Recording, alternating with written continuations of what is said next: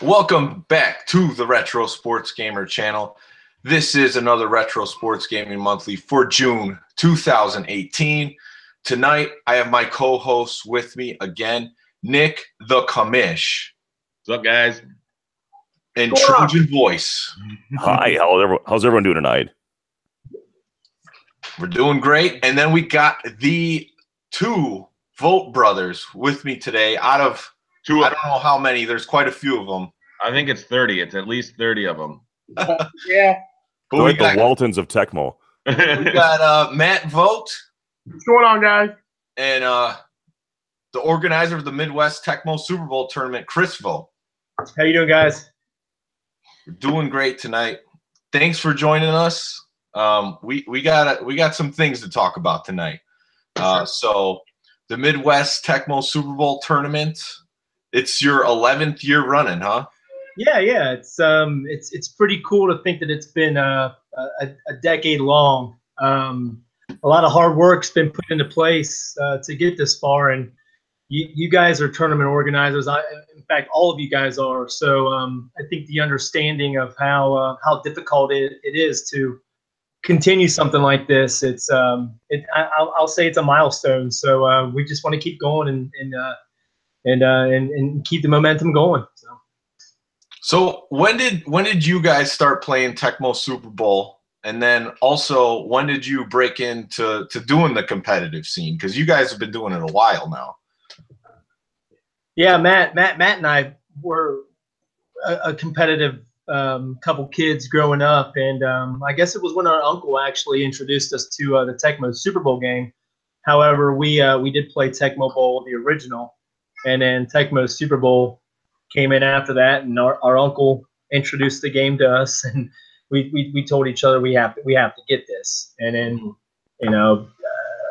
heck, 91, 92 year. I mean, it was, I think, just like anybody else. We got our hands on the game, played umpteenth amounts of seasons during the during summer break. And Matt, you can vouch for this. We would play seasons with the Redskins and the Chicago Bears, and would just annihilate record books. Yeah. You can go and piggyback on that, Matt. Well, I just remember back when he was talking about you could only play one game at a time. Well, you might get lucky and have Washington might play the first week, and then Chicago's up after that. But if it worked the same way to where Washington was playing again week 2 before Chicago, well, I couldn't get my game in. So he was always busy, and I had to wait for him to get his game in. I may or may have not simulated one of his games before. Oh, that's I mean, yeah, I'm guilty of that once or twice. So, hey, as long as I didn't see a 0 in the loss column, it didn't bother me. He never knew. But yeah, it's just something. It's just one of the really good memories that I have growing up as a kid. Just playing endless nights of Tecmo with Chris, and we were kind of weird because we enjoyed setting up a CPU versus CPU game and just watching it. It's so fun. It was just so cool. So let alone just playing a game or a season or two. But yeah, we enjoyed from the beginning. I mean, I think I was 6 or 7 years old when it came out. So I was eight or 9. So I think we were all there. Granted, we weren't as competitive back then as we are now, but it certainly helped us out knowing the game, and that's the reason why I like Chicago today. Like my favorite NFL team is Chicago because I use them so often on Tecmo Super Bowl. So it's kind of a fun fact. Okay. And out of all the brothers, are you two the main driving force with the love behind Tecmo Super Bowl, or do your brothers like it just as much as you guys and they're just not as good of players? How does that all work out? Yeah, I would say both him and I, Matt and myself, we kind of do have that brother drive force. But Jimmy and Joey, they stepped up and wanted to figure out what the game was all about. And with them being 6 and 8 years younger than us, they've come a long way. And what's pretty neat about the whole fact that we've been playing competitively for the last 10 to 15 years is that they're just as good as we are now any given game. So to have 4 brothers that are ultra competitive and can do well in main tournaments, I think that's a pretty cool story. Yeah, for sure. So this camaraderie for the Tecmo Super Bowl got you guys featured on the NFL films that aired on ESPN2 of the Tecmo Super Bowl tournament at Tecmo Madison. I forget which one that is. So how was that experience for you guys?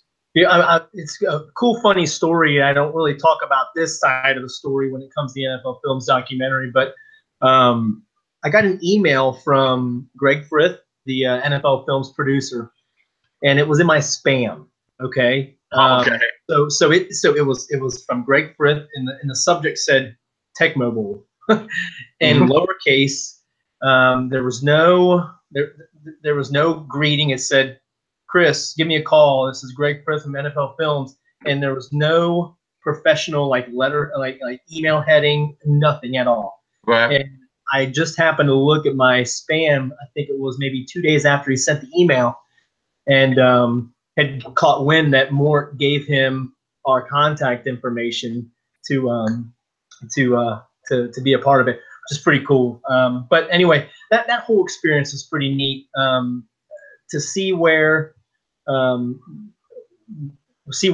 was at, growing up, and to where it is now. NFL Films figured that this would be a pretty cool idea, and capturing the ultra competitive vibe that Tecmo still has, and being a part of that, it was a cool feeling to kind of be labeled as maybe one of the faces of present day Tecmo. And Matt, you could probably vouch for that as well. Yeah. Being a part of something like this is, it kind of gives you I guess an aura about yourself that you have to uphold. And that's kind of what Matt and I continue to try and do. I have to ask a question, Chris. This is Trojan. What's the significance of the Drew Bledsoe Redskins jersey? Matt, you can tell us that story. It's just, Chris, I buy you so many gifts. Thanks. What was it? What was it for? Was it a Father's Day? Was it a Christmas gift? No, it was an early Christmas gift because the filming was done in October of 2013, and then I got to get this for you.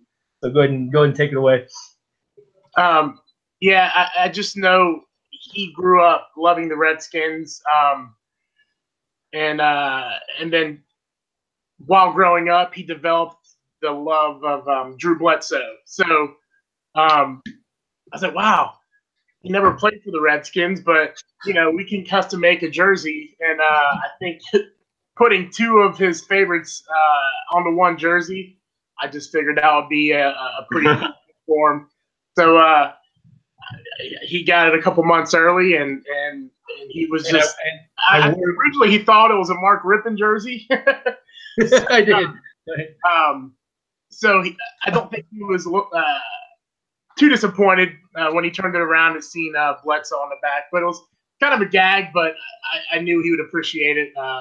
Doing his best on the one jersey. So it definitely brought up a lot of questions. I know there's some but on YouTube there was a couple comments like, "Man, I don't think Bledsoe played in the Redskins." Yeah, they were just saying, "Man, am I missing something? Did Bledsoe ever play for the Redskins?" And then I think Chris, I think you answered him, whoever that fellow was. But it's kind of a fun little gift that I got for him. So I don't remember what he got me that year. I'll be honest with you. I didn't know anything. That's kind of how those gifts are. You just get them, and then you pretty much forget most of them. To get it for him. Like when I saw it come in, I'm like, oh my gosh! I mean, I almost got it for myself. I mean, I don't even like either one, but yeah, it was. It's cool, man. I love that jersey. So before we move on to talk more about the tournament that you guys are having this year, I got a couple questions for Matt. So Matt, you went into Tecmo Madison 14 this year, right? Going for it all. You end up in the finals against Joey Gatz, who at Tecmo Madison has not lost at all in 3 years. He's going for the three-peat. So, talk through that a little bit, and how close were you to taking it all, in your opinion? First and foremost, I want to give all kinds of props to Joey Gatz. What kind of improvement he's made. I know we used to play a lot on TPC online, and I think I owned him pretty bad on TPC. That was when he first got into it. But man. He's a heavyweight now, and for him to do what he's done, it's absolutely unbelievable, man. All respect to Joey Gatz for that. I will say that in that tournament last year, I caught a streak that, man, I don't know that anybody's ever caught before, man. I was rolling, and when I took out Joey Gatz, he was kind of upset at himself. I don't blame him, but he didn't like to lose that game. And he pushed start right away to get into the second game because I had to come out of the losers bracket. It was double elimination. So I had to think fast, like, is it better for me to play the game like right away? Because, I mean, he hopped right in from, like, canceled the blue screen, the blue screen and all the stats that come up. He hopped right into the coin flip. I mean, he was flipping the coin. I mean, as I think I may have punted the ball to him, and I think he gave up and he flipped the coin. So I could have made the decision to, take a break. But I felt like he was on the ropes. It could go against me. It could go for me. But and actually, now that I think about it, playing that second game, I was pretty dominant in that game too. And then he played a strong second half and made one mistake.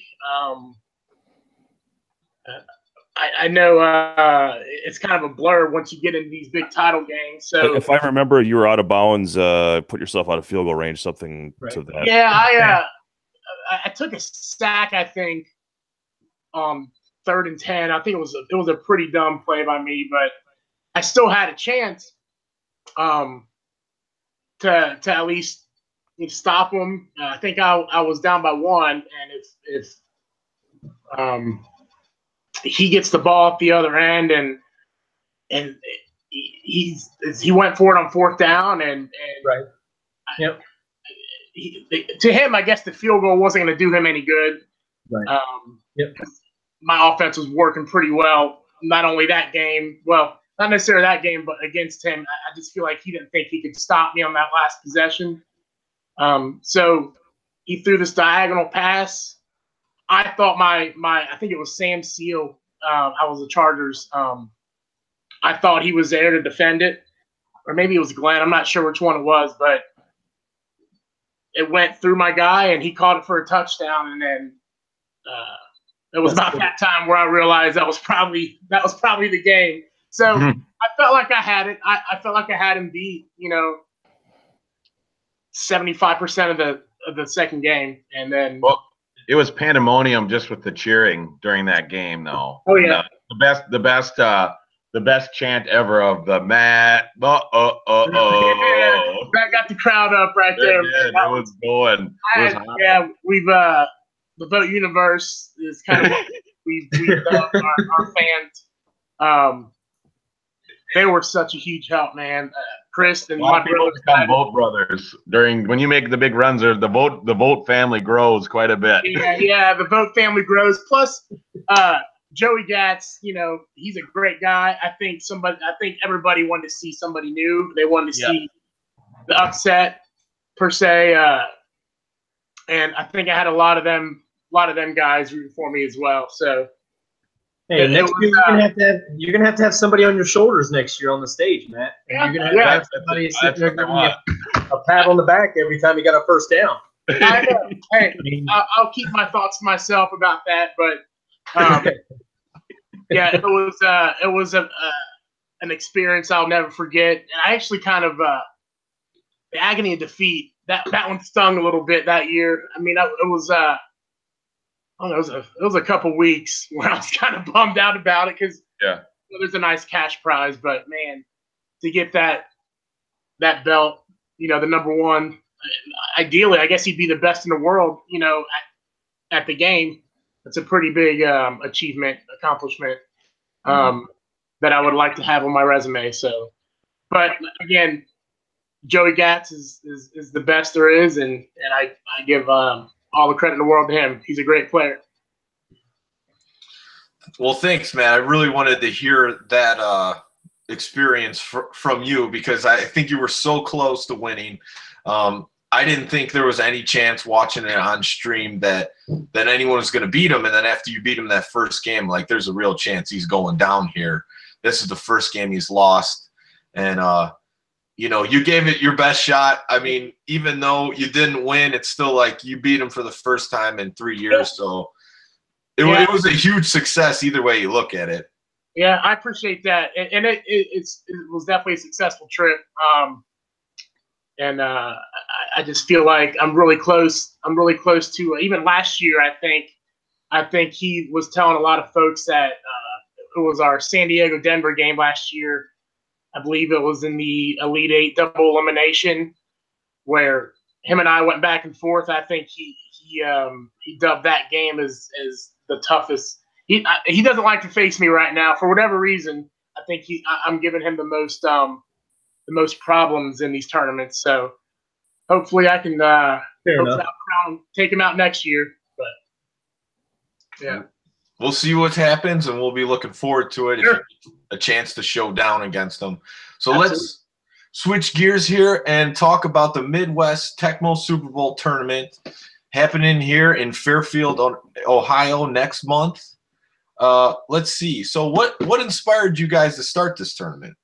Well, I think you got to give a lot of the credit for stuff like this popping up is the internet. I mean, we had done a lot of search and we just got bored one day and looked up tournaments and forums, and we found out that there were like forums of Tecmo Super Bowl out there, and found out that there was a tournament in Connecticut, and the one that Arncombe was associated with for a while there, and before it turned into storyline behind that one, Chris. What's that? Tell the storyline behind that one. Oh, that's pretty fun. But found out about the tournament. We all four of us drove up there, placed first, second, third, and fifth, and then drove back. But anyway, sweet. That's called running a train on a tournament. Except for that fourth place spot. But I told myself, I said, dude, Matt, we got to do a tournament like this. It was basically almost the exact same storyline as what Chet and Josh's was with Madison. We were like, let's start a tournament. We've got the ideal connections for hot spots in terms of the bars and restaurants. And in fact, it was at the place that I worked at. I managed that for a while there. Started that in 2008.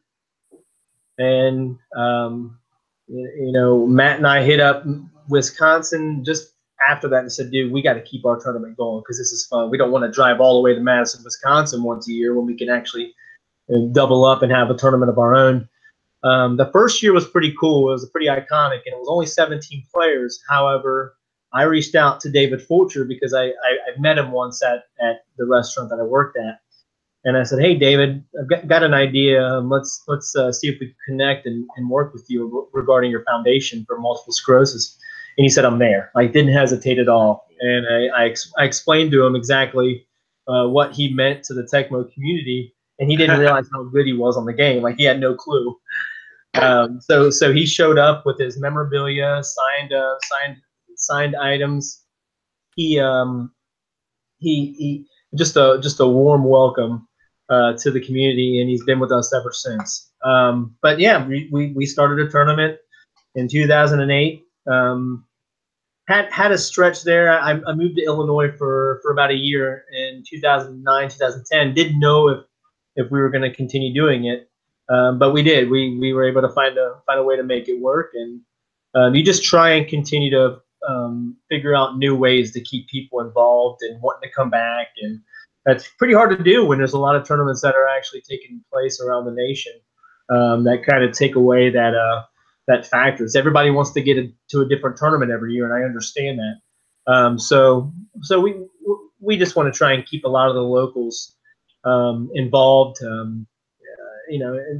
More to continued customer at Midwest Tecmo, loves it, and we just try and build off the year before.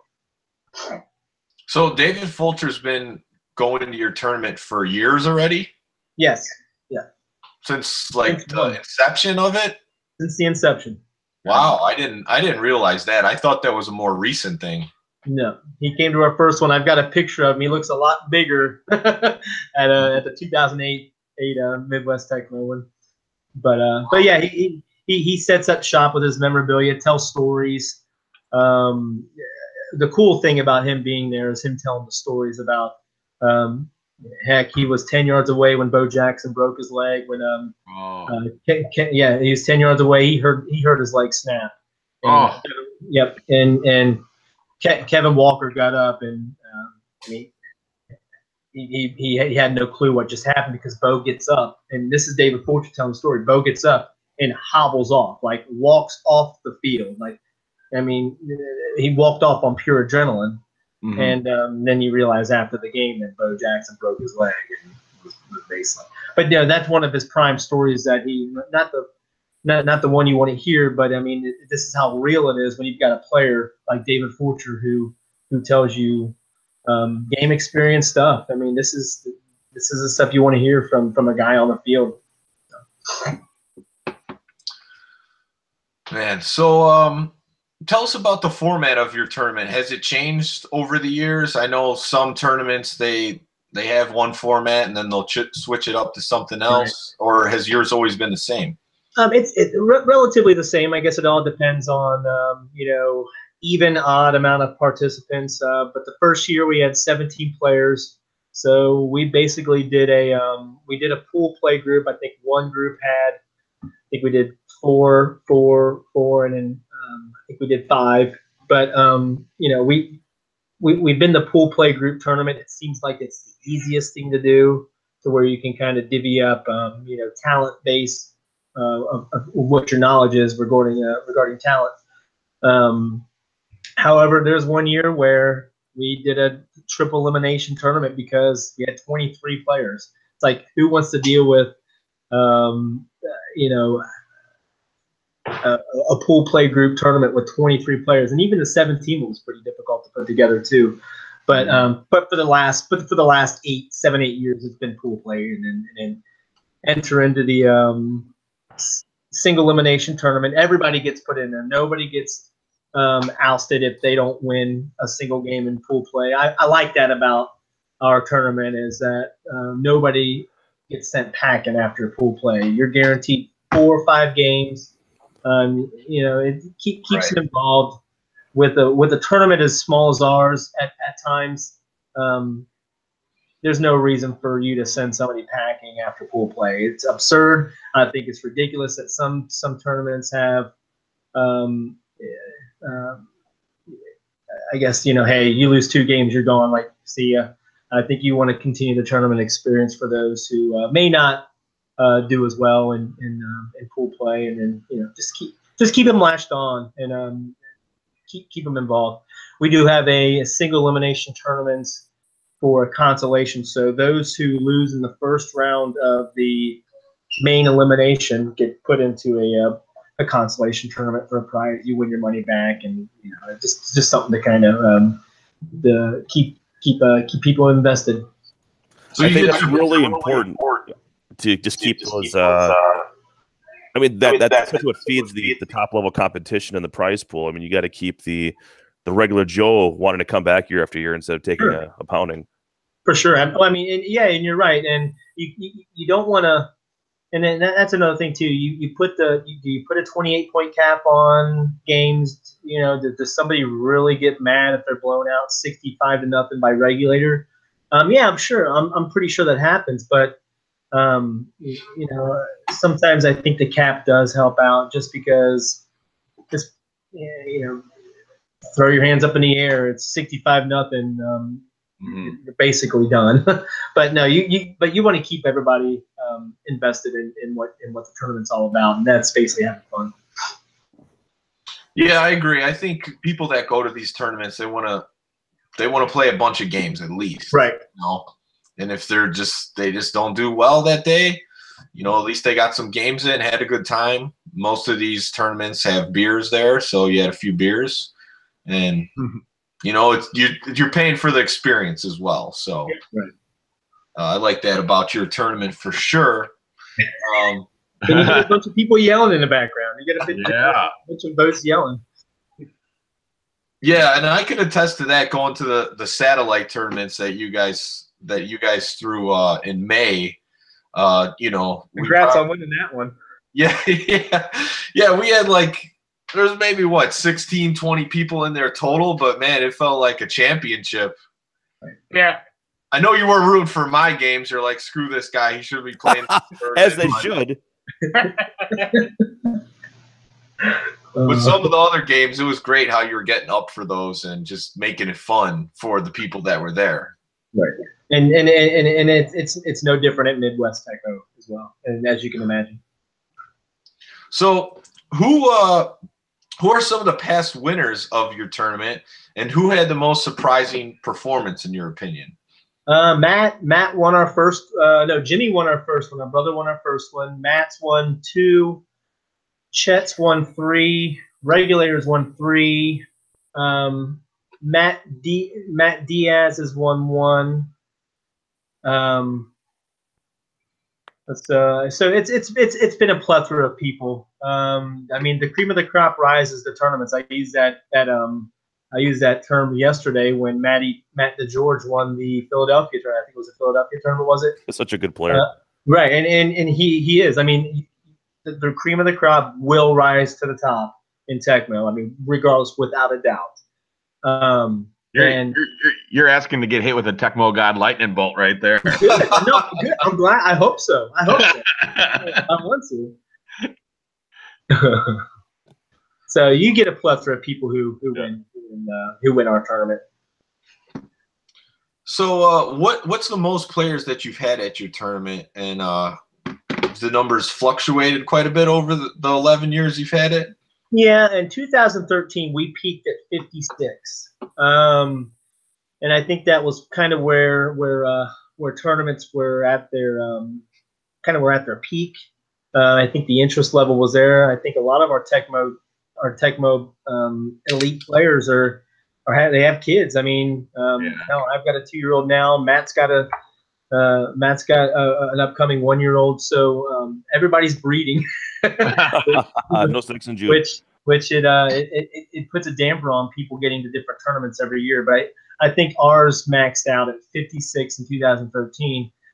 We kind of gradually went there, and then now we're back down to the 30 range, which I think you get 30 people at a tournament. That's a perfect amount of people.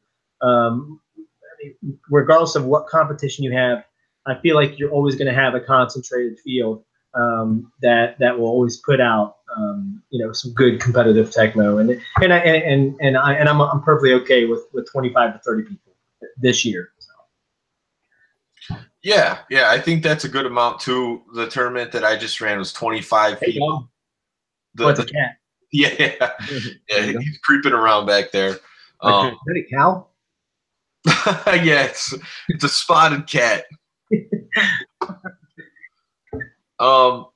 Yeah, so I think that's a good amount of people. I don't think everyone's in it to get a ton of people to their tournament either. They just want to have a good time, have a decent prize payout, and give people a bunch of games. So for sure.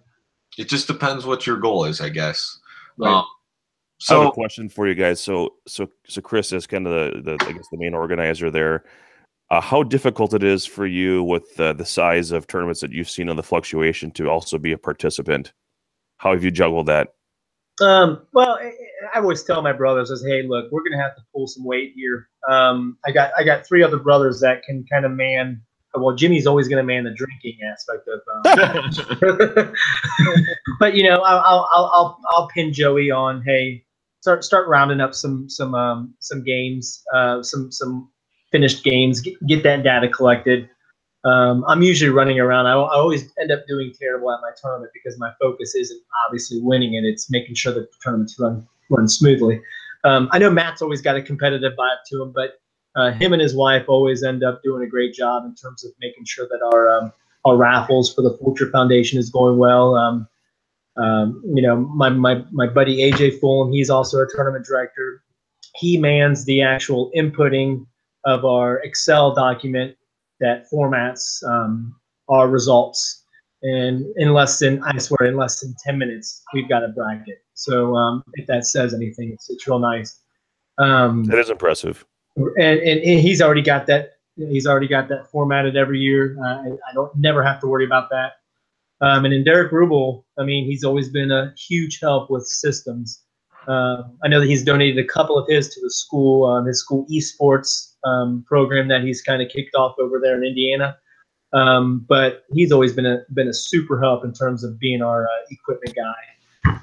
But you know what? Hey, you just gotta delegate. And if you're hesitant on delegating, then you're probably not going to run a smooth tournament. all right. So this year you're adding another game to the mix. Right. Friday night. A lot of the tournaments are doing this. They'll add another day to the tournament and add another retro sports game. So the game you're adding is RBI baseball. So tell me a little bit about the decision to have that on Friday night, the night before. Yeah, I'll go ahead and take this right here. But Matt, join in whenever you feel it. You want to hop in. But Friday night, I've always felt has been kind of one of those. It's like, do I want to exert some more energy regarding our tournament, or do I not want to? I feel like Friday night's a must now when you have tournaments like an 11-year tournament. You've got Madison that's a 14-year in tournament. They want to make it a weekend experience. If you're coming for the weekend, I'm pretty sure that most everybody is going to get in Friday night if you're coming in from out of state. So the idea of that, and Mort kind of pitched it to us. I said, dude, let's do it. So I called the venue. I said, look, guys, we've got Saturday lined down. Can we get Friday night as well? Is there anything going on Friday night? And they usually have reunions during the summers, it's fine. It's this little back banquet room that's pretty cool. And Mort pitched an RBI tournament. I said, let's do it, because Matt and I are both avid RBI fans. And if it wasn't Tecmo, we were probably playing that. So we just said, let's do it. Let's add it to the mix. It's a free tournament. We don't want anybody to pay extra money to play a Friday night tournament when they're already invested in $35 for the Tecmo tournament on Saturday. And you get a chance to win a nice cool trophy that I'm making. It's actually in the garage right now. I'm kind of putting it together right now. But it's just another added feature for a weekend tournament, basically. If you can agree with that, Matt. Oh yeah, absolutely. I think a couple of things are still up in the air with that tournament. We still got to find out what the layout is going to be of the tournament. For that, we'll probably seek some advice from maybe Mort or somebody that can guide us. I have one guy I'm going to recommend. You talk to Brad Bell. He runs the RBI versus Tecmo Bowl or Tecmo Bowl versus RBI site. Right. And he's run, I think, half a dozen of those tournaments. And Mort would be the second resource. Right. Sure. It's just trying to figure out. Obviously, I think we're going to go with anything goes. I think that's the only way to do it. Straight pitches. That's for the freshman team. So. And I know I played. I actually played in 6 seasons online. And we played.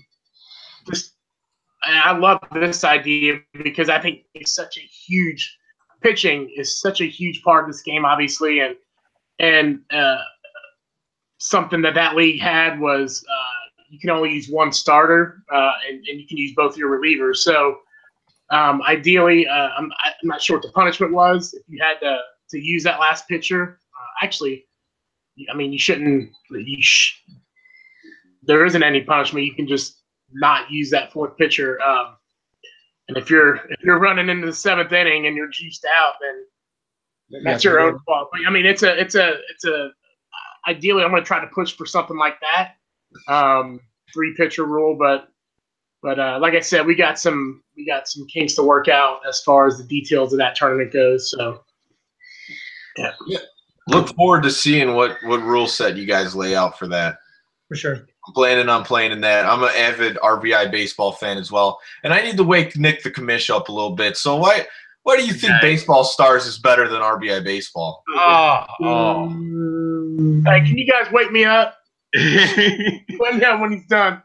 Haven't we banned him yet? No, it's Baseball Stars all the way. The jumping catch, the climbing up over the boards. At this point, I'd take backyard baseball over that. Oh. Give me Pablo, bro. So, but you know what it really does come down to on all those is what game you kind of grew up playing. Yeah. And you know, when you go from, because I didn't play RBI baseball, I played Baseball Stars first. So when you go back from, you know, because they're kind of the blocky heads and stuff, it was hard to get past that part. I could see that. Yeah, I think a lot of it comes down to what you were exposed to first. Yeah. Even when it comes down to the very best games, it's like if you didn't grow up playing that certain one, it's hard to get into another one. And baseball is one of those where there were just a ton of good ones on NES, where it's like Tecmo Super Bowl. Besides for its predecessor, Tecmo Bowl, nothing really compared to either of those games. So, well, thanks for chipping in a little bit, Nick the commish. Sorry, I had my 20-year reunion this weekend, and it was like 3 a.m. both days. I am just feeling it. hurting. All right, so Chris, tell us about the offerings at the Midwest Tecmo Super Bowl tournament. Prizes, extras there. Yeah, for sure. You know, we're always dishing out cash prizes. You know, the percentage of our buy-in goes to expenses regarding T-shirts. We do have a Lombardi trophy that will be custom made and ready to hand out. Mort had our first Lombardi trophy that we made last year, so he won that last year. He was pretty ecstatic about that. And then you know, aside from cash prizes, I think we look at around the top 4 we end up throwing out. And then we get 2 trophies to first and second place. Every tournament participant gets a T-shirts. We've got all kinds of memorabilia, football cards. Yingling's our sponsor. Yingling flowers us. They swamp us with a crap ton of stuff. Whether it's trinkets, and then they donate good 10 to 15 items for the larger items for the Fulcher Foundation raffle. That's awesome.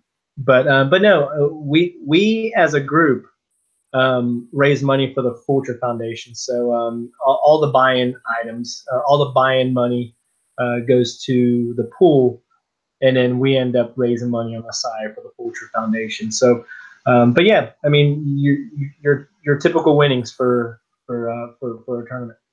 Cool. All right, so where is the tournament this year?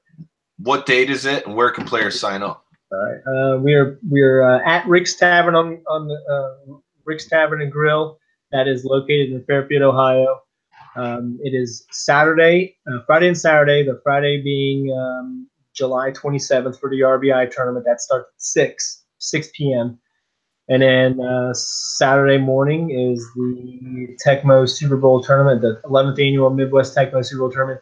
Registration and pickup games start at 9:30, and then we'll kick off, you know, roughly maybe an hour or so later. But yeah, that's it. We are located in Fairfield, Ohio. We say Cincinnati just because you know, you want to keep the the geographic mindset there for those coming out of state. But we're located about 25 minutes north of Cincinnati, and Rick's Tavern's been a fantastic venue for us. And Matt, you can vouch for that. I mean, just the owner asked us after every tournament, said, "Hey, you ready to roll for next year? Let's set a date." Well, I mean, and that's pretty cool to have. For sure. And whenever you could get a bar owner that shares your vision for the tournaments and retro gaming, I mean, that's perfect. Mm-hmm. We have that at D-Men Tap. There's a bar a few blocks down from me that opened up under new ownership, and I was just explaining to the lady like what I want to do in the bar as far as retro gaming. She just was not understanding. Oh, she was a lady first. Sorry, I mean, she's like, I don't know if I want those old TVs in there, and I'm like, all right, I've already heard enough. We'll see you later. Right. So, what's the Twitch channel people can view the tournament on if they can't make it, and where's the best place to stay updated on everything that's going on? Yeah, for sure. You could always log on to www.mwtecmo, so Midwest Tecmo, mwtecmo.com. Got all the information on there.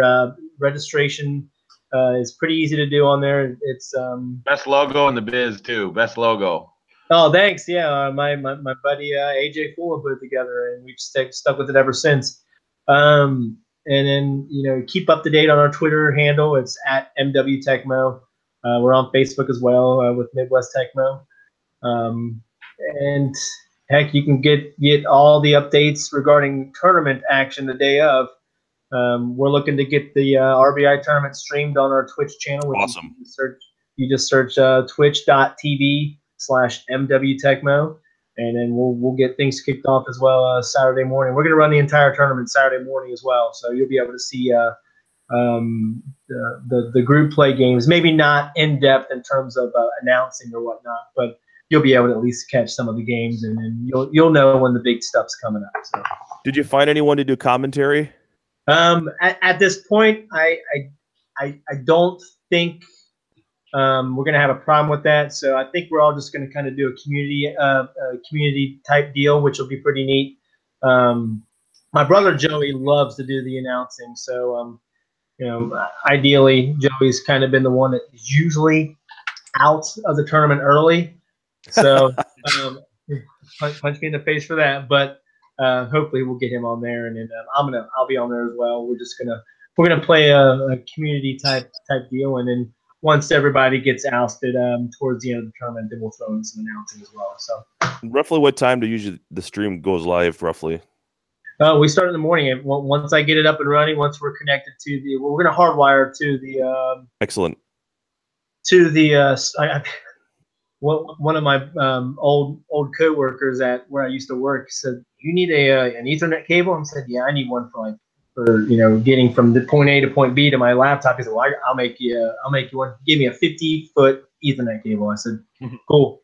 So we're gonna go straight from the router back in the kitchen at Rick's Tavern all the way to the stream hookup, which is a lot easier to do when you've got crappy internet wireless connections there. So that's our plan for the time being.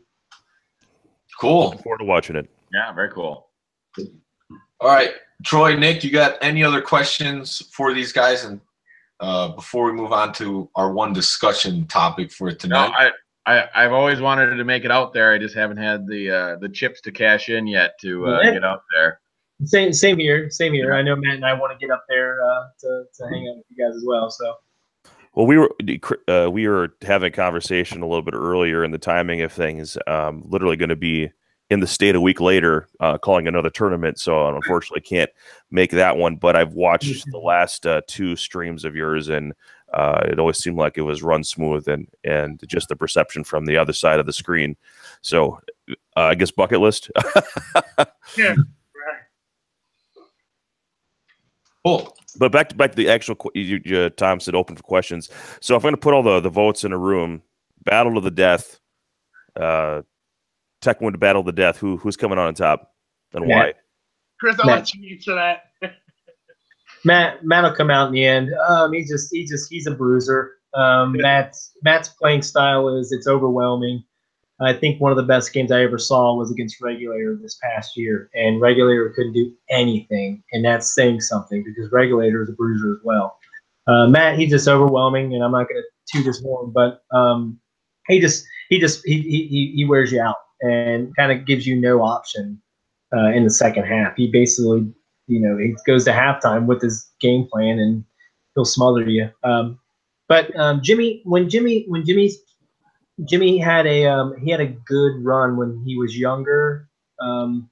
Just had to focus on darts and other extracurricular activities. But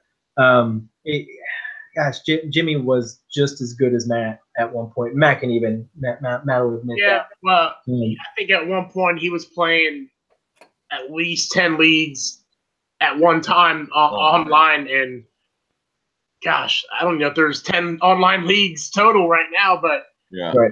Jimmy was a fantastic player, and I mean he still is, but he's definitely lost his touch.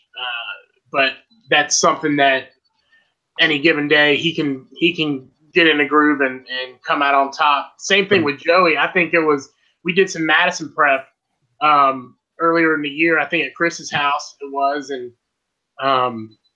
Joey, man, actually he took me out. I think it was Chicago versus Oakland, and I couldn't. I think I got a couple breaks at the end, but yeah, I think he dominated that whole game. So it's just, I know I'm on a roll right now, and I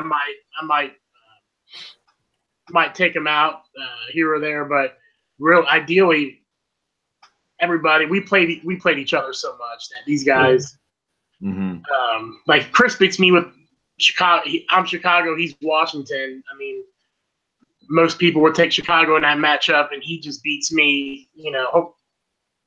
5 times out of 10. We just are so used to playing with each other that we just know the skill levels, and we are our own worst enemies sometimes. So, yeah. Matt and I have a pact that if we're in a championship game of any tournament, we're not even going to do a coin toss. I'll let Matt have player 1. I'll take player 2, and we're just going to go Washington, Chicago. People will be like, "What the heck's going on here?" They didn't even do a coin toss. But no, if it would happen in Madison, our first game, we would end up playing Washington, Chicago.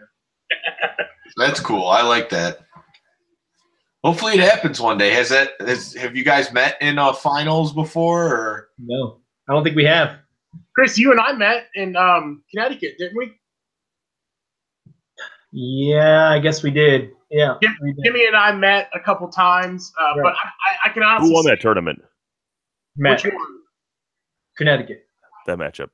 Matt did. Well, it was kind of I will say that it was a double elimination tournament until the final game, and Chris was in a king seat, so I took the losers bracket, and I beat Chris the first game, and I got crowned the champion, and we were kind of thrown off by that.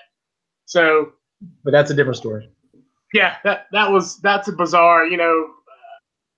We were told that the winner plays the least amount of games, so whatever. That's all. Yeah, like he said, it's a whole other story. But I think I beat Chris, and then I beat Jimmy once or twice, I think, in the finals. But I will say, I don't think we've ever played each other before, like any other time outside of the finals. So that's whoever. It's just that goes to the tournament directors, making sure that, again, people that you bring or family, we want to try to be apart, opposite sides of the brackets, so we don't play each other.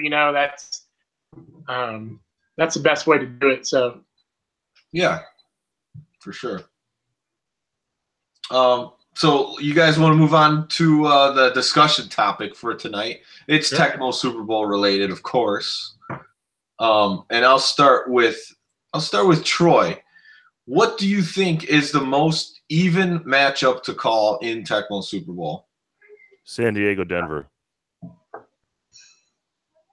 That's it? Explanation? All right. You get 263 maximum speed running backs. You get 2 quarterbacks that sling it a million miles an hour, and you got really, average receiving on both sides of the ball. I think that the maximum speed of Elway offsets the slight defensive advantage of the Chargers.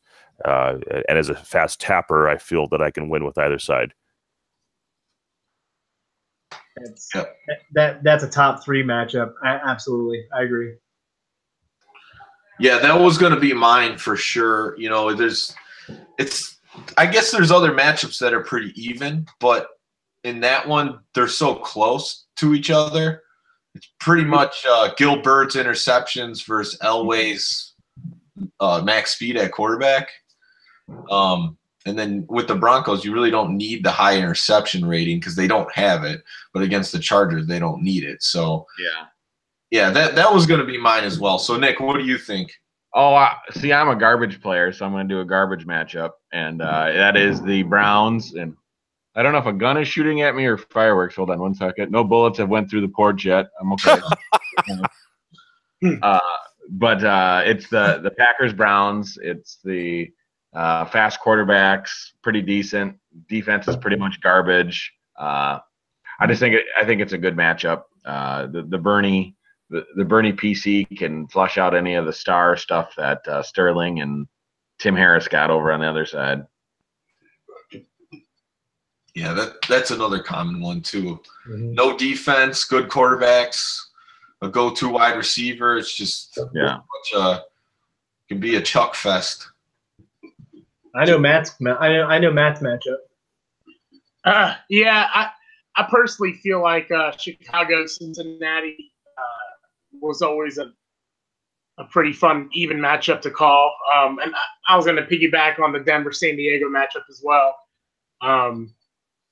So I guess Chicago Cincinnati is one of my favorites to call. So. And you know what's funny about the Chicago-Cincinnati matchup is that they're 2 completely different spectrums too. Like they're so even in different ways. It's kind of strange if you look at each team. But Cincinnati-Chicago would have been one of my top 3 matchups regarding that. So what is your top matchup, Chris? Top matchup, Minnesota, Washington. Yep, Washington, Minnesota. I think those are fairly. That's it's so funny how we're all seeing different matchups. It's just how you play. But Washington, Minnesota is I think my most even matchup. You look at crappy quarterbacks, 2 decent defenses. I think Washington might edge Minnesota there. That's a whole nother discussion to be had. Yeah. Redskins defense is better than the Ooh, I don't know. You got Millard, Weather, Lee, Browner, Dolman. Wow. Wow. He's playing. He's got the home cooking. He's playing like Drew Bledsoe. He thinks Drew Bledsoe's the starting QB, doesn't he? Yeah. Washington defense is a big dick with no balls. We got no linebacker. Yeah, I guess if you look at it that way, I think if you're looking at drone help, probably Minnesota has the edge there. So yeah, but that one is a very even matchup. You know, they both have the 44 pass control quarterbacks. They both have solid, good defenses, and then their speed's pretty comparable offensively. You know, Redskins have the slight edge in the running game with Ernest Biner. Right. But, I would say that these are some of the top picks that most people would say. I would say the most outside-the-box one is probably Matt's with the Bengals-Bears, but it's definitely even. But they're not, like, comparable rosters, you know. Yeah. It's even matchup for different reasons where I think – the other 4 that we picked, or the one that me and Troy agreed upon, and the other 2, it's pretty much because the rosters are similar that you say those are even matchups. So I noticed no one went to the garbage to bust out the New England Seattle. Yeah. No, that one's definitely even too. It's just not a favorite of mine. I don't want to give anyone any ideas calling that in a tournament versus me or one of these guys. Try to get it banned. Yeah, I don't know. Do you guys like playing the clunker matchups? That's me. They call me the garbage man. I don't mind them. I think if you can squeak by 6 points, then you got a chance to win. Yeah. You know, 6-3, 7-6. Those are good defensive. Juggernauts. Yeah. I don't mind that matchup at all. I can't stand them. So if you want to go that route with me, go ahead. Can't freaking stand them. Yeah, I'm in the same boat as Chris. I'm not a fan of playing those. Game speed's just really slow because there's just not a lot of speed there. But there's definitely a lot of skill to those matches. So I don't want to say there's not. I just don't enjoy those matches. Right. You know. I played Matt O'Toole, and I didn't expect him to pick that matchup, but he picked a New England Seattle matchup, and I automatically went with New England. And gosh, it was so tough when you're playing somebody of that nature. You got to play a perfect game. You're playing with skill rather than looking at some help with the rosters. If you get my drift. Yep, for sure. All right, guys, let's move on to I'm going to go through some of these tournament results. You guys can chime in anytime you want. There's been a lot of them since I did the last one in May. So let's start with the Tupa Bowl. The Tupa Bowl 4, the organizer was Kevin Cabarello. Mort won first in that tournament. His brother Lewis was second. Third, Ryan McKay, the Ultimate Weapon. And then fourth, the tournament organizer himself, Kevin Cabarello. There was a tournament the same day, the Jersey Cup. It was the first time they had the tournament. They had a pretty sweet Tecmo Jersey Cup made that they have engravings on. So they already did that for the winner. The organizer was Deviled Greg. Brian R., Bad Moon Rising, was first place in that one. Sean S., second place. Chris B., third. And Oklahoma Bo was fourth. Then we had the first game of the Tecmo tour that happened in one of the gaming conventions in Atlanta. I forgot exactly which one it was at. Southern Fried. Southern Fried. Southern Fried Gaming Expo. So the organizers, Hal Hawkins. First place of the Tecmo tournament was Homer Fu, and second was Gerald Suicide King. They also do. Homer Fu's an old school Tecmo player. Yeah, that's what I heard. What does that mean that he's old school? He just been around a long time, or he plays differently? What is that about? Yeah, but kind of before you could Google Tecmo Bowl and find the forum, he was like on the forums. Matt, you remember him, right? Which one? Who was it? Homer Fu. Oh yeah. He was there When we started. right when we started. Yep. What was it, back in 2008, Chris? I think it was. I mean, I couldn't tell you how he played. I forgot how he played, but yeah, I wouldn't be surprised if he's winning tournaments. Yeah, I was. If I remember right, because when I came in about that time, and he played like one more year, and he's like, "Yeah, somebody broke in and stole my computer, so I guess I'm done." I think that's how he ended his game. So yeah, the Tecmo are in Atlanta. The Retro World Series does other retro sports games. So like RBI is also one of the games they do. They didn't do it at this one, but they did like a Royal Rumble tournament, and this guy, his name's Brad Storm, he won it. And then there was an NBA Jam TE tournament, and the guy's gamer name was N Diddy, took the win there. Okay. Nice. So you got to keep an eye on those to see like some of the emerging players in some of these games that might be like the add-ons to some of these other tournaments. The next tournament was also the same day, was the Hardcore Championship that I ran here in Chicago. Flo won the tournament, so he's the Tecmo Super Bowl Hardcore champion. Mort was second place. I was third, and Hank the Tank was fourth. And I got to step in here and give Tom a little credit that he probably won't. He's the one that knocked Gats out of the tournament. Oh yeah!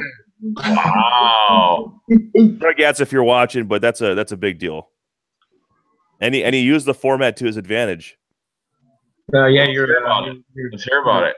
Anything goes format, which is pretty interesting. Well, I mean, the one time I attempted a lurch, he scored a touchdown. So after that, I didn't do it anymore because I was like, you know, when you make like when you just give up your defensive player for someone like Joey Gatz, it's not going to end well for you. So I just tried the Bob Nelson lurch, and he just run one up with Emmitt Smith and took it to the house. So after that, just pretty much played it straight up and was able to get a couple picks in the second half and play pretty good offense. So Packers over Cowboys.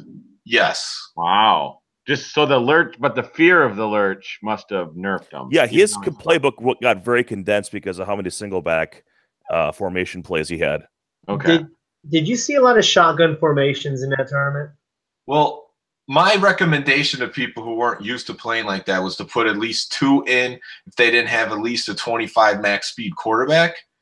But Flo, who won the tournament in the championship, had no shotgun plays with the Bears. Jeez.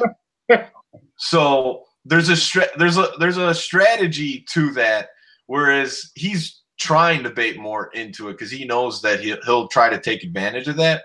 But if he misses one, Neil Anderson or Johnny Bailey's probably taking it to the house. So that there's a different strategy when you allow anything goes that you know most players probably don't think about because of the standardized rules that we play with today. But that's why that matchup was kind of what it should have been, because Flo knew how to take advantage of the defense in that format, whereas Mort probably knew that what he could do with his defensive lineman better than anybody. You know, I got to say, it's only fitting that Flo won the only garbage, the only anything goes tournament that he's ever played in, which it only makes sense. Yeah. Garbage player, right? No, I mean, I think, yeah, he was one of the guys that believed in the format. You know, I think what I said is if the local Chicago guys weren't into it or willing to play in the tournament, then I probably couldn't run the tournament at this point, just because of how, you know, successful some of these other tournaments have been with the pretty much standardized rule set. But this is something that I've always believed in. And I was glad I was able to run a tournament that was successful with this format. So at least it's going to be out there. It's something that people could play, and it may not be everyone's cup of tea, but it just proves that the game could be played in its natural form, and it's not a broken game. Right. Hey, Tom, are you sunburnt? You just realized that? Yeah, sorry. It's the Youngling, man, or Yingling. You know, he's been in it all day. Yeah, no, that's what they're sponsoring. Yeah, I'm not red or anything. There he goes. Yeah, I'm sunburned. I played flag football this morning, so toasted up. But I don't know how much Matt was a fan of the hardcore, because I was posting a few like team breakdowns, and he's like, "Ew, wide receiver at running back." I didn't even know that was the whole gist of it. I'm just now understanding why you posted it, and the play you could. I'm understanding right that you could keep wide receivers and have them run the ball. Is that correct? Yeah, you could do anything the game allows you to do. I had no idea. Well, that sounds fun. If you guys are interested in seeing, you know, competitive play, both Tom's this YouTube channel and then on Twitch TGFN Retro, we had 2 different streams going on, and every game was covered. So you could, as far as at those groups, so you could see, you know, Mort making that work to his advantage. You can see Tom holding off Gats. That game is caught. You can see the championship with Flo and a number of other games where I think Flo's entire group was captured. So you can kind of see just what works and what doesn't in that. And it opens up, you know, I think a game now that we've seen in different tournaments, some tournaments are experiencing growth, some are kind of stagnating. And I think this is a great way to bring that new blood into the scene and saying, hey, you know what? Don't worry about what you can and can't do. Just play it like you used to. Right. And then, you know, once you're hooked, if you want to latch on to the more hardcore tournaments, without the hardcore format, but just the more established tournaments and get into more competitive Tecmo, I think it's a great entry point, but it still fits the beginner as well as the seasoned player. Right, Troy, to kind of jump in on that, and Tom, you may see, this as something in the future, but do you see this being a change in terms of how tournaments are run in the future? No, I don't see it necessarily in that. I would hope that a few more people believe in the format to run it this way. But one of the things that really made me do this as well that I failed to talk about on my recap of the tournament is there was this guy that came into D-Men Tap one night. We play there pretty much every Monday. The owner runs a meetup group for it, and he came in. He was pumped to play Tecmo, and then right off the bat, we're telling him what he can't do, And I could tell when he was playing, he had some tricks up his sleeve, like with the defensive lineman. And even when we were playing how we told him to play, he was still hanging in there. So to me, like, I just didn't feel like that was me for anyone else who would come in. So I felt like it could be adjusted because I knew the game isn't broken in the way it is. So that's why after that experience and that guy never coming back after that one appearance, that I wanted to make a change in the way that I invited people to play Tecmo in Chicago. So hopefully, more people come out. We had about 7 new players at the tournament, and there's no complaints because obviously we told them they could do anything that they want to. So. And ultimately, the best players shined above the rest. Nobody new came in and just dominated the tournament because of putting players wherever they wanted or diving in with defensive linemen. So it was interesting to see. I would check out some of the streamed games. Flow One and all of his games are on stream, either on mine or the TGFN Retro one. So I would check those out. All right, so I believe there was one other tournament to look at, and that was what just went down yesterday at Tecmo or in Philadelphia. There was a Tecmo tournament, NHL 94 as well, and then there was a Mortal Kombat 2 one that I want Troy to comment on. Oh, okay. I didn't see it yet. Yeah, NHL 94 tournament. They had a pretty nice trophy going there. The winner was, I believe, Matt Hooray over Chris O. So those were the 2 guys in the finals there. I heard that name, the Matt Hooray or whatever. He's been on the 94 site a lot, I believe. Yep, they recognized him. He responded. So yep, he's been on there for some time. Yeah, so good to see multiple tournaments in the same weekend. With different retro sports games, just like these guys are going to do at the Midwest Tecmo Super Bowl tournament. It's going to be RBI and then Tecmo. So then there was the Tecmo tour, and it looks like it's really picking up some steam. You had some good players out there, and Matt DeGeorge was the guy who won the tournament over Turbo. So that was a big win. A lot of good games on that stream. That's a Retro World Series Twitch channel. They didn't have any commentators, but the look of it is very sharp. And if you just like watching raw Tecmo games, there's some good games on there. Is Turbo and Oklahoma Bowl the same guy, or are those 2 different guys? I think they're different. They're different. Okay. Yeah, there's a lot of bows out there.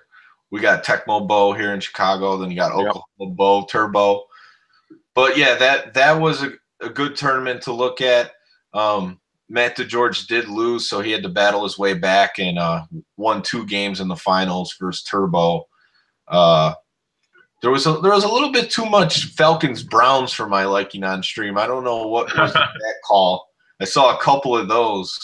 That's not something that I look at as that equal of a matchup. I don't know. What do you guys think? You got to be a magician with Bernie, I guess, if you can do it there. But other than that, I don't know how. I think Bad Moon's going to have a big day. Yeah.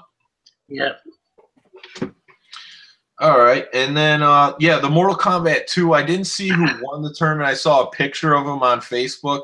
But, Troy, when are you going to make it out to one of these tournaments to try to take the Mortal Kombat 2 crown?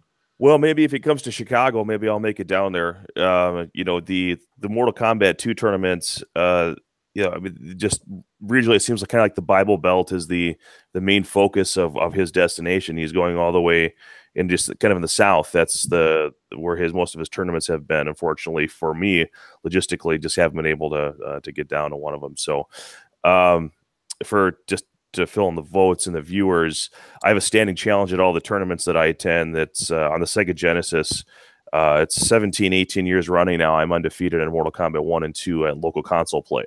But I'm not going to a Mortal Kombat tournament. I'm going to a Tecmo tournament and seeing if there's anyone that wants to play it. So it's not the best. I just say, hey, $20 to anyone that can beat me. And no one's been able to do it. And it's funny. Matt and I will probably say that, hey, if you got a Street Fighter tournament, I'm down. Like, we never played Mortal Kombat. Street Fighter's great on both 16-bit, the SNES and the Genesis. Both great ports. Yep. Cool. Well, hopefully you get to one soon, Troy. Lastly, I just before I talk about the upcoming tournaments, there was a bunch of satellite tournaments that I want to recognize the guys who won. Tecmo Cleveland ran a couple of them. Ryan McKay, Kevin Cavarello won them, so they got free entry into there. Brian R. Nathan's given free entry into Tundra Bowl. Flo and myself coming to the Midwest Tecmo. Nice job, Tom. Attaboy. Second place in my tournament. Mort's going to give New Orleans Tecmo a try, Tecmo Tour, and then Hank the Tank Millard's Mayhem paid for his entry into there. So congrats to all those guys playing Tecmo around the country. And then let's take a look at the upcoming tournaments here. So pretty much tomorrow we're going to do a combo tournament at D-Men Tap. It's going to be Tecmo Super Bowl and NBA Jam TE. It's going to be a double elimination tournament. Basically, the game that you play is already going to be written in on the bracket. So it just depends how it ends up. So you got to come in with skills with both games. The winner gets free entry into Tecmo Jam Cleveland. Oh, fun. Gosh, I would love to be able to play freaking Tecmo every single Monday. I just can't do it. I know. That'd be nice. Gosh. Yeah, it started off slow. We were going once or twice a month, but then a core of us came through and started showing up every Monday. So now it's a thing. And we at least have, and the owner's always there to play, so that definitely helps out. Well, it's like you get the wives, a bowling league or a softball league, and you end up just doing a Tecmo thing on Mondays. I'd love that if I could get that. Yeah. And everything happens with a season. You just have to make a point to make it happen. Even if you do it once a month, just make a meetup and call it a family get together. Maybe invite some other people along. You can do it. Put it on the stream. We're good. So yeah, that'll be streaming tomorrow. So check that out. And then we got what we just talked about tonight. We got the free RBI baseball tournament going to be run by these guys the Friday night before the Midwest Tecmo Super Bowl tournament. In Tacoma, Washington, we got the Garage League, the Cascadia Effin Tecmo Season 2. This is a hacked ROM. These guys already drafted the teams. I think there's about 12 to 14 guys are going to meet up in a garage and just play the season. They're going to stream it. This is the same day as your guys' tournament, right? On the 28th. So if I wasn't planning on going to your guys' tournament, then I would like to check out this stream. But they're going to be doing that. And then of course your tournament, the 11th annual Midwest Tecmo Super Bowl tournament. We're excited, man. We're stoked. It's going to be a fun one. These guys bring the excitement to the tournament. So I recommend it to everybody if you can make it out to Fairfield, Ohio. Yeah, it's definitely not going to be a boring one, I'm sure. No. Boisterous. No.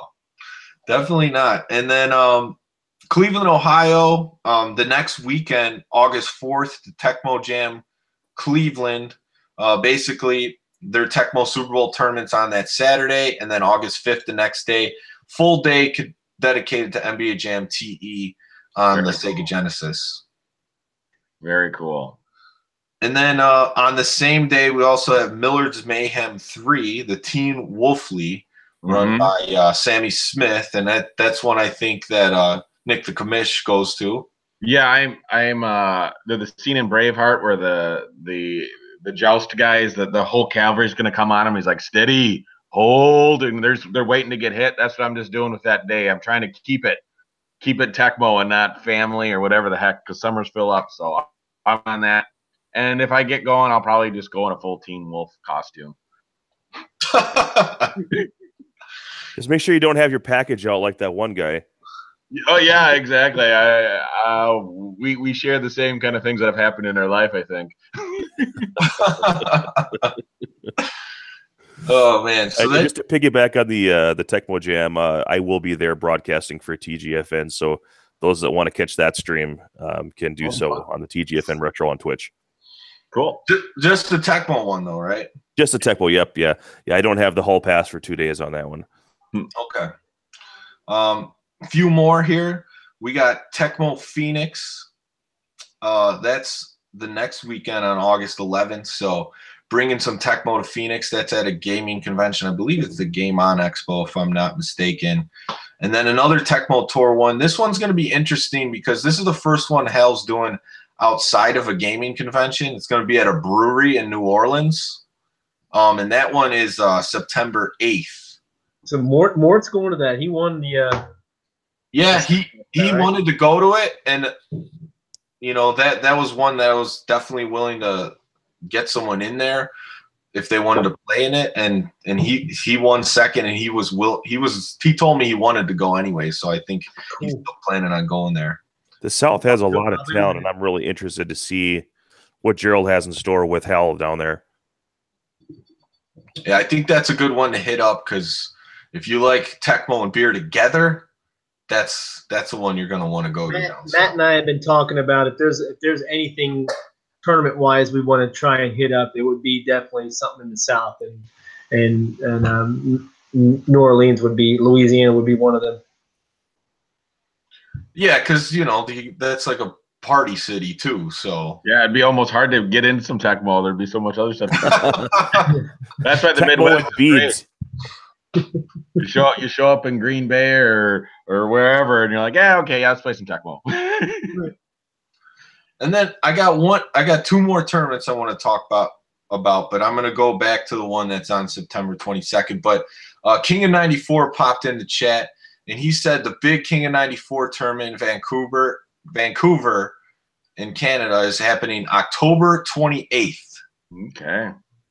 So if you're in the NHL 94, this is the biggest tournament out there. You're going to want to find your way to Vancouver to play in this tournament. Vancouver's a great city, too. That's another great city. It's like the Miami of Canada. And the significance of there as being a destination, they always want to go to a major hockey city. But that is actually where EA Canada is, and that's where the game was developed for the Super Nintendo. So and plus the defending champion for Super Nintendo also is from Vancouver, and they have a thriving community there. That had most of them have not been in that tournament. So it's NHL in comparison to Tecmo is not quite as it's growing, but it's not quite as maybe rooted, established tournament wise globally and regionally. But we're starting to see this tournament just start to spawn other ones, kind of like Madison. You saw the documentary, and then all of a sudden, more of these other tournaments start popping up. You're starting to see that with NHL now. They now have the guy that just called Arto Cal, who called the NHL 18 World Championships. He did announcing for them last year. He did stuff for us in Green Bay, and so you got a professional hockey announcer also doing esports, and you take that combined with the guys that are running it, just have great promotional minds. It's going to be an amazing experience for anyone who can make it up there. Yeah, I'm looking forward to seeing how that one goes. They did a great job with the last one from what I saw on the stream and talking to Mikey in Halifax. So the tournament I wanted to go back to is Mort's tournament in Chicago, the Tecmo Players Championship. Ooh. This one's a high buy-in tournament, $150. This is the one where somebody's going to get like a gunshot to the chest over rule violation. Yeah. Well, yeah, I guess, yeah. If you're going with rules, then it's going to be rough to make a determination. But I wanted to hear Matt and Chris's thoughts on this tournament. Do you think this is something that you guys are playing, or is it a good idea to get some big level top Tecmo tournament talent? Well, here's the thing. I know for a fact that I would want to go up to it just to hang out, but I would invest my money and say, hey, I'll chip in $50 for Matt to play. I wouldn't play in it, but I would definitely put in, like, say, hey, let's maybe. And honestly, I would say, hey, Yingling, you want to sponsor Matt to go to this tournament, and Matt would wear a Yingling shirt. I mean, this is legit what those tournaments will probably be about. It's sending your best player from an area and, you know, a high stakes tournament. It's no different than sending your best poker player to Las Vegas. So I look at it that way. I'd say, hey, Matt, I'll chip in $50 for you to go up there. And will you put that on paper for me? I'm serious. I've mentioned it multiple times. But, yeah, I mean, that's we think about, you know, Madison. You know, that's when you get down to about the 16 in the bracket. That's when people really start paying attention. Okay, who's left? Who made it? Who survived? Right. And then you start. I mean, it just gets so intense from there. So, I mean, I like that idea. You get a couple guys from a region, and you make a super bracket and all in. You know, and make just a massive, just an explosion of talent, but a small player base. And there's nothing wrong with that. Well, fact, there's probably huge advantages. You get more games. I'd imagine you probably would see the best games in that tournament that you would ever see. I mean, this is even coming from Madison tournaments. You would probably see the top-notch games right there in that tournament, just because of what's on the line so early in the matchup, or just so early in the tournament. Yeah. What do you think, Matt? Yeah, I mean, I'd totally be up for it. I just don't know that I can go this year. I have to. I got to get that baby of mine a little older, and I haven't taken too many trips away from her. She's only 8 months old, so ideally, I need to get the wife on board for something like this. She's gonna wonder where some money went. Well, I'll bring some big bucks home, so that always is anytime I can bring money home from a Tecmo tournament that I leave her on, she's all for it. Maybe not originally, but after I tell her I win money, like, this is a good example. We got married in 2013, and we actually had the Tecmo Bowl tournament, the Midwest Tecmo, and then the next day I was flying out to our honeymoon. So I ended up winning that tournament. My mom cashed my winnings that day, and we essentially had a free honeymoon. So if I can pull something off and talk her into, hey, I'll bring home some money, then yeah. But yeah, I'm definitely would be down for something like that. Just some things got to be set, lined up for me to do so, but probably not this year, but next year for sure. Well, and I think something like that is almost kind of a must now. If you're looking at year in and year out, the exact same tournaments, doing the exact same thing with the exact same results, you got to take a Poker Stars, for example, small mini tournament. You've got to take you got to use Tecmo as a driving tool to expose the best players on a national level in a high stakes winner take all type deal with that. I mean, that's something people want to watch. Like, that's just not something people want to play in. People want to watch that stuff too. Yeah, no, I totally agree. I was just wondering, because, for some people, $150 is a lot to put on the line in Tecmo, especially knowing how good some players are given their proven tournament success. I think the little thing that Mort did to switch it up is, like, you cannot play in the same matchup the whole tournament.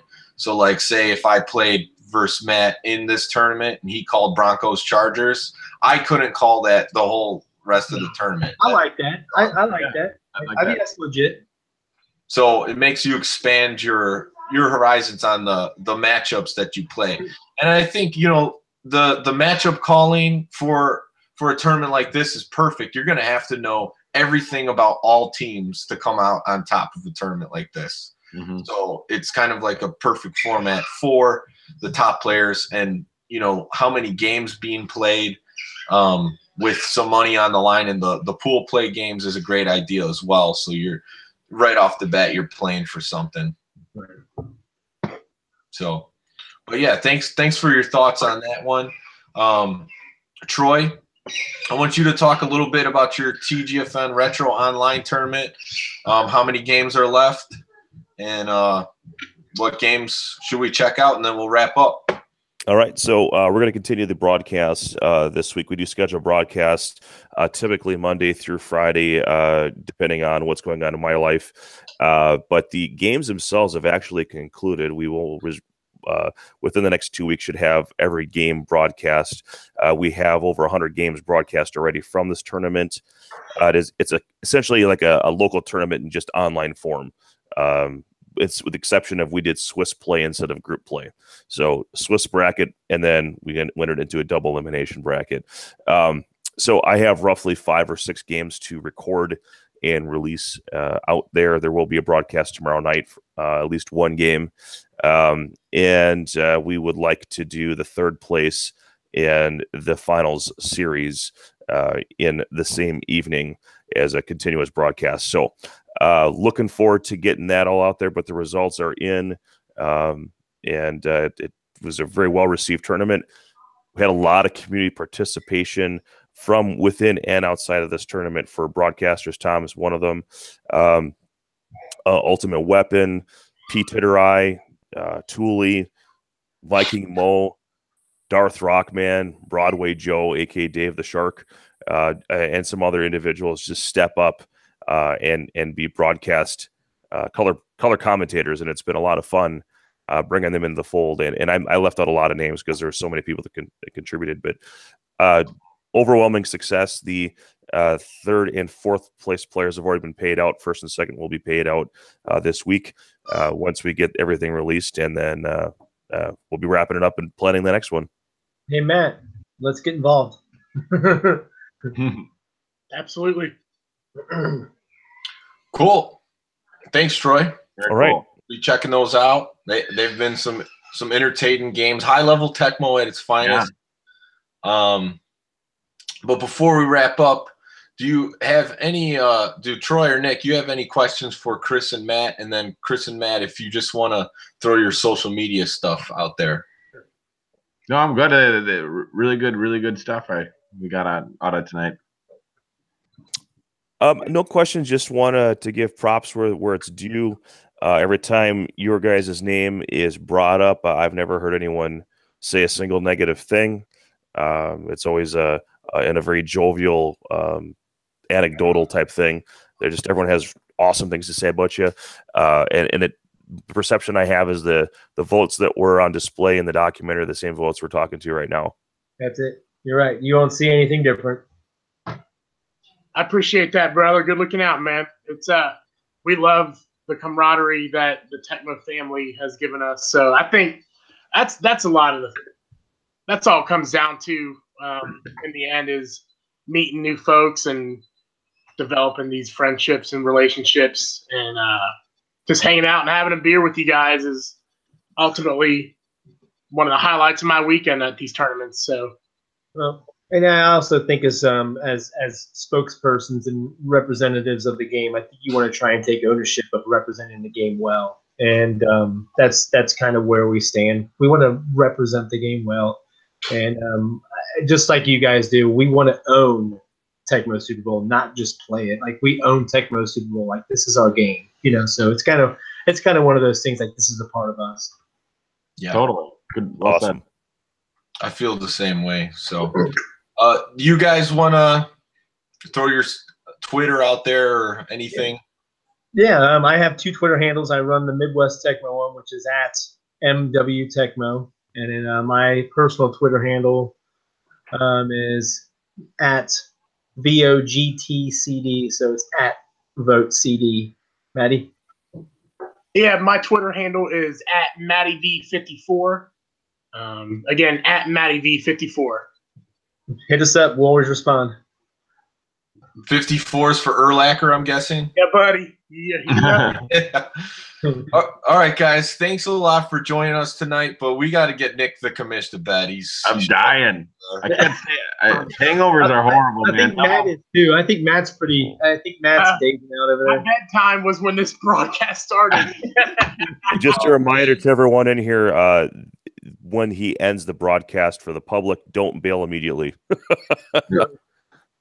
All right, guys. Well, thanks a lot for joining us. For everyone that watched, we really appreciate you watching us. Yeah. Always, no one was really asking too many questions, but you can always ask questions in the chat. And we'll see you next month in July with another Retro Sports Gaming Monthly. Take care. Bye-bye now. You guys, thank you.